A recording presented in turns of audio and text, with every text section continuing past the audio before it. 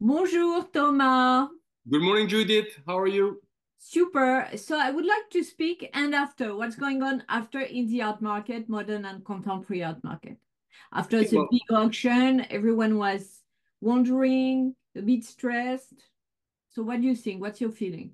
I think we learned a lot of things this week. The purpose of this week's sales was to find market stability, and I think Christie's and Sotheby's and Phillips achieved that. And I think what we learned from this week is that basically the third-party guarantees are still super important, and they provide the maximum number of transactions, and they maintain a very high level of percentage of lots sold, which I think is vital in the current market. So I think well done to the auction houses, and I think going forward we need to do the same. I also think that the pillars of the market, of the impressionist and post-war market and modern art, if you wish, of Picasso, Monet, Magritte, and Basquiat still holds true. I think you need to be careful with the estimates of Picasso. There seems to be a bit less interest than in the past season, but it may be because of the selection.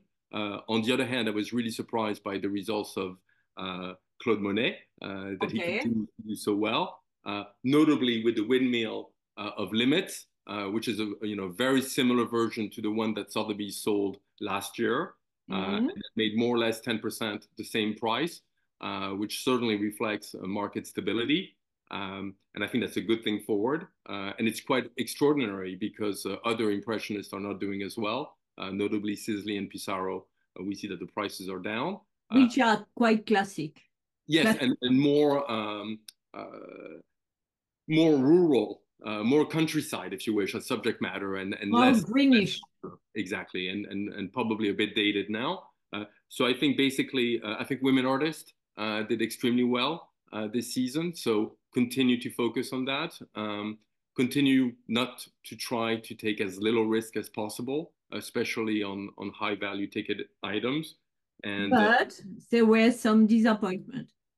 yeah, of course, there were some disappointments, and the Bryce Martin, of course, is the biggest casualty of the week that had to be withdrawn before the sale. Uh, I think that sort of But thing that's happened. interesting because now a lot of things goes on before the auction. Yes, yes, and I think that's the frustration. We're all frustrated that there's no more underbidders or more bidding in the room during the auction itself. But I think we all realize that through the new system, 50% of the business, if not more, happens before the auction with negotiations between the auction houses and the third party guarantors, sorry. And I think these guarantors, we always see them and we perceive them as speculators or investors, but actually they're buyers, they're collectors who see an advantage in providing a third party guarantee because they get a discount on the commission if they buy the work or they get part of the upside. So I think it's really a new way to go forward. And although it creates less exciting sales with less bidding wars, it But really it, provides the stability that we all need. yeah, less drama, right? Less drama and more visibility for the auction house to be able to judge quite accurately the interest in each lot before each sale. And I think the Bryce Martin had an in-house guarantee. They didn't resell it to a third party. I don't think they found someone who was willing to buy it back, and therefore they had to withdraw the work. And the other one was Giacometti. Yeah, well, the Giacometti, I think Giacometti, like I told you, like the Diebenkon or like Hoffman, these are works that were recently purchased at auction in the last 5 years, 5, 6 years. Uh, and we basically saw that they did What less. what Giacometti do you speak Uh, about? the Giacometti, I'm talking about the sculpture, the Femme Leonie, which is a tall, standing woman, but it was quite a big one. And it made, I think it was in 2020, $25 million.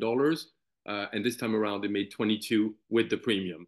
So a bit less, but of course, for the owner, he lost a bit of money. And I think that's that should be avoided going forward, trying to be super cautious not to reintroduce to the market works that were recently acquired uh, in a market that at the time pre-COVID was a bit better than what it is now. But I think overall, the sales went very well. I think the efforts of the auction house was quite stunning in the way they managed the sales and they managed to reassure the market. And they're no miracle. I think going forward, you need to continue to have these tight sales to make sure that they're protected by third-party guarantees as much as possible, and to hold tight until the confidence comes back to the market. Merci Thomas. Merci Judith, à bientôt.